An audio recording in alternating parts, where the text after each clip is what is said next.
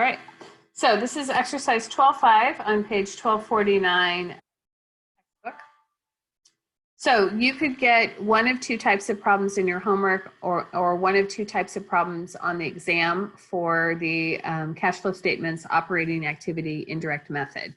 One could be like the video that you find in Wiley Plus under the chapter 12 information. The other one could be like this problem here. So the one that's in the video from Wiley Plus is similar to exercise 12.4 where they give you all the information in one paragraph.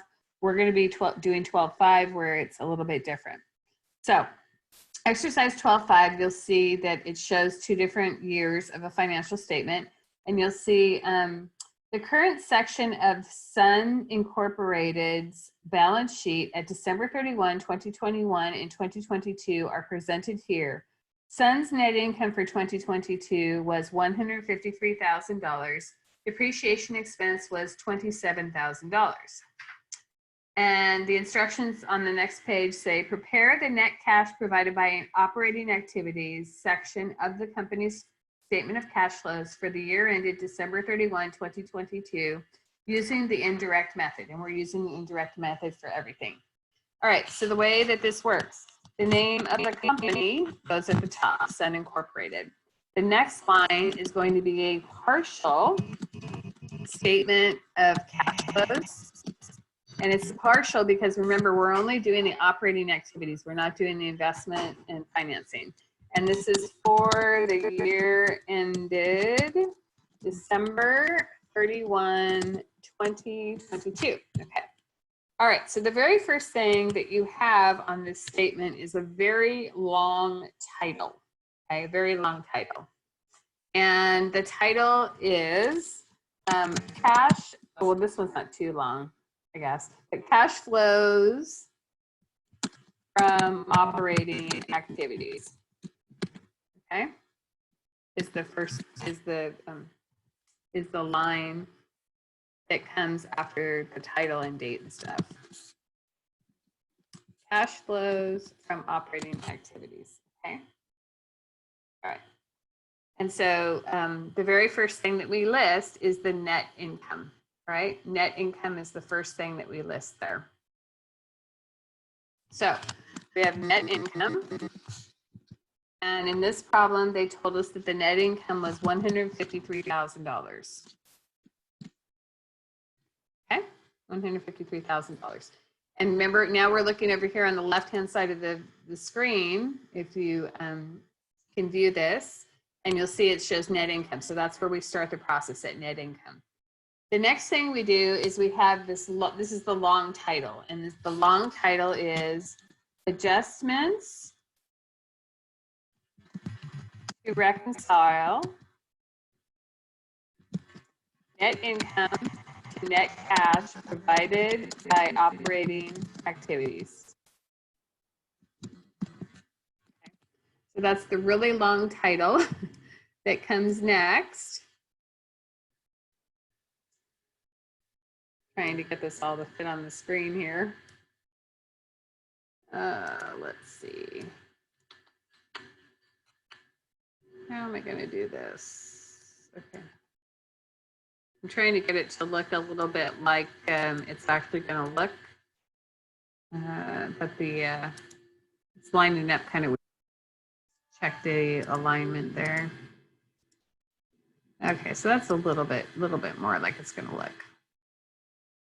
Okay, all right. So now, once you have that title, adjustments to reconcile net income to net cash provided by operating activities, you're going to go through this list of items that we have with depreciation, loss, gain, and all that stuff, and you're going to look for each one of those items, okay? You may or may not have each one of those items, okay?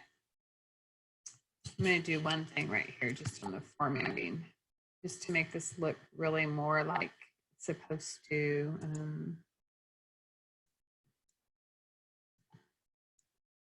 Okay, that's a little bit better. Okay, all right.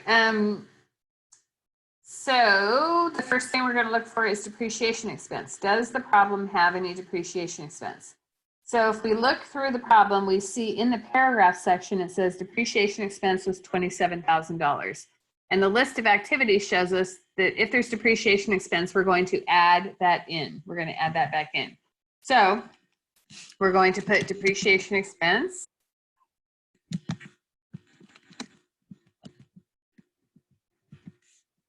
And we're going to have the dollar amount. Now, one thing I want to show to you is that the way that the slide showed us was one way, right? Another possible way is where you indent all of your items and then you push the total over, and that's the way this one is.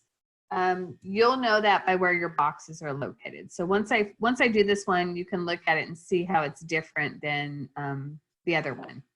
Okay, so depreciation expense, $27,000, okay? So we're gonna add for depreciation expense, $27,000.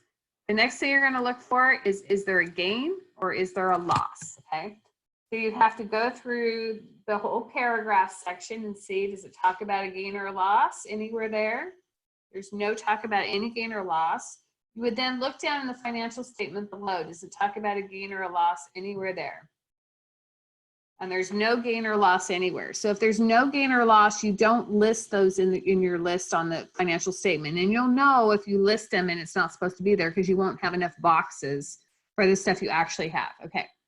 So there's no gain, there's no loss. So now we're going to go down to the assets. And we're going to look at if there's increase or decrease in each of the assets. And the way that you do that is you're looking for, see that list on the bottom of the financials where it shows current assets and it shows 2021 to 2022, right? Okay, so you skip over cash and you start with accounts receivable. So what we're looking at is we're looking at going from $89,000 in 2021 for accounts receivable to $80,000 in 2022. So that means that our accounts receivable decreased $9,000. So $89,000 minus $80,000 means there's a decrease of $9,000. And if we go over and look at the rules over here, it says you add for a decrease in accounts receivable. So what you would put in the box is decrease in accounts receivable. And it would be $9,000. Okay, so you then go to the next line of the list. Well, you can't have an increase in accounts receivable because you already have a decrease. So you're going to have one or the other. All right. So the next thing you're going to do is you're going to see in that report if it shows inventory. So right below accounts receivable, you're going to see it shows inventory. Inventory went from $172,000 in 2021 to $168,000 in 2022. So inventory decreased $4,000, and the rule shows us that if it's a decrease in inventory, we add. So we're going to put decrease in inventory, and the decrease is $4,000. So we're adding $4,000. Okay. So since we had a decrease in inventory, we're not going to have an increase. So now we're going to go down and we're going to look for prepaid expense. And that's right below inventory. We see that prepaid expense went from $22,000 in 2021 to $27,000 in 2022. So the difference in the prepaid expense is actually an increase of $5,000. And so the rule shows us that for an increase in prepaid expense, we subtract. So we'll write in the box, increase prepaid expense. And then we're going to make that a minus of $5,000.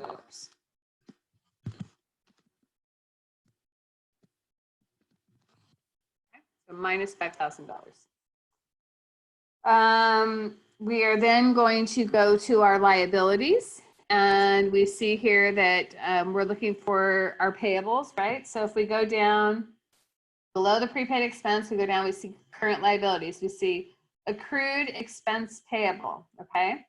So accrued expense payable went from $5,000 in 2021 to $15,000 in 2022. So we have a payable that increased $10,000. And the rule tells us that if a payable increases, we're going to add for it.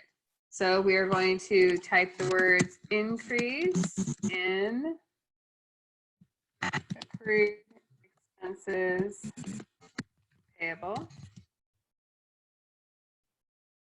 And so for the increase, we are going to add $10,000 because that's how much it went up. Then, spelled that. Then we are going to go down to the next thing in the financial statement is now accounts payable. Accounts payable went from $92,000 in 2021 to $85,000 in 2022. So that means that it decreased $7,000. And the rule tells us that if it's a decrease in a payable, then we subtract. So we're going to put decrease in accounts payable.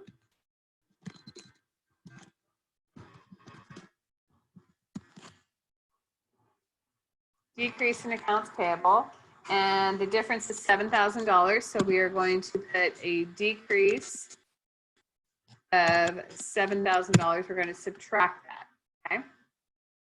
All right. So that's it. We have no other numbers listed in the financial statement there that we need to deal with. So what we're going to do is we're going to total up all of those items there, and we're going to push the total right here on the same line as the decrease in accounts payable, right? So we're going to total up all those items, and the sum of all of those, 27,000 plus 9,000 plus 4,000 minus 5,000 plus 10,000 minus 7,000 is $38,000, okay? So then what we're going to do is we're going to take this $153,000 net income, and we're going to add the $38,000, which is total of all of the operating activity items, okay? Oops. And that's going to give us $191,000. Okay, $191,000. And that number is called, the title for this is called Net Cash Provided by Operating Activities.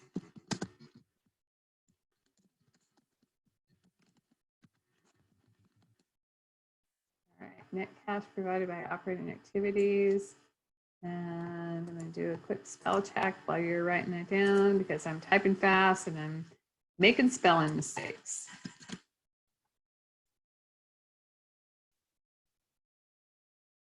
All right. Okay, so that is an example of what it looks like. So if you're watching the video, this is a good place to pause and look at what your answer should look like.